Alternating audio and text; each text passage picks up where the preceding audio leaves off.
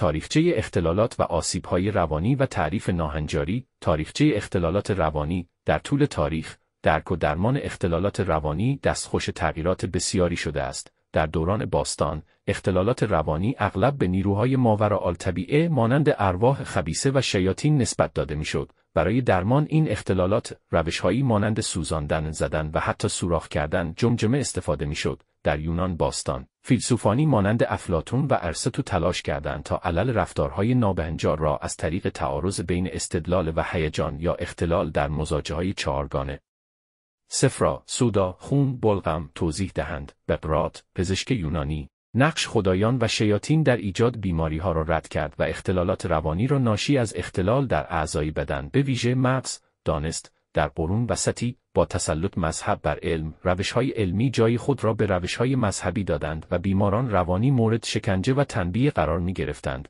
در قرن 15 اولین بیمارستان‌های روانی در اروپا تأسیس شدند و در قرن 18 فیلیپ پینل در فرانسه زنجیرهای بیماران روانی را باز کرد و با آنها به عنوان انسانه بیمار رفتار نمود. در قرن 19 پیشرفت‌های علمی در زمینه فیزیولوژی و شیمی منجر به درک بهتر از اختلالات روانی شد و درمان‌های دارویی و کاردرمانی مورد توجه قرار گرفت. در این دوره، نظریه‌های روانپویایی توسط فروید و دیگران توسعه یافت و روش‌هایی مانند هیپنوتیزم و تداعی آزاد برای درمان اختلالات روانی استفاده شد. تعریف رفتار نابهنجار. تعریف رفتار نابهنجار یکی از چالش‌های اصلی در روانشناسی است. رفتار نابهنجار به معنای دور بودن از هنجارها و استانداردهای اجتماعی است و معمولاً بر اساس چندین ویژگی مشخص می‌شود. 1. انحراف از هنجارهای آماری. رفتار نابهنجار رفتاری است که از حد متوسط یک سفت یا الگوی رفتاری خاص انحراف داشته باشد. به عنوان مثال، بهره هوشی بسیار پایین یا بسیار بالا می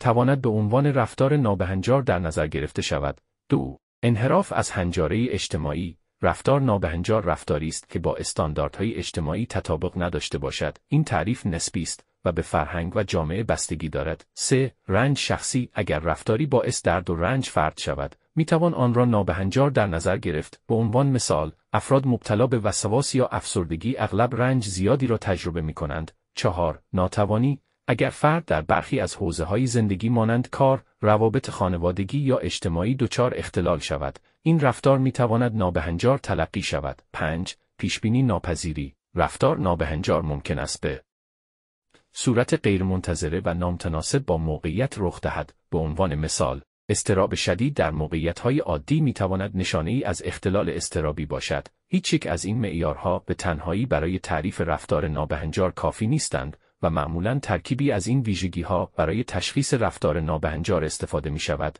نتیجه گیری. تاریخچه اختلالات روانی نشان دهنده تحولات عمیق در درک و درمان این اختلالات است.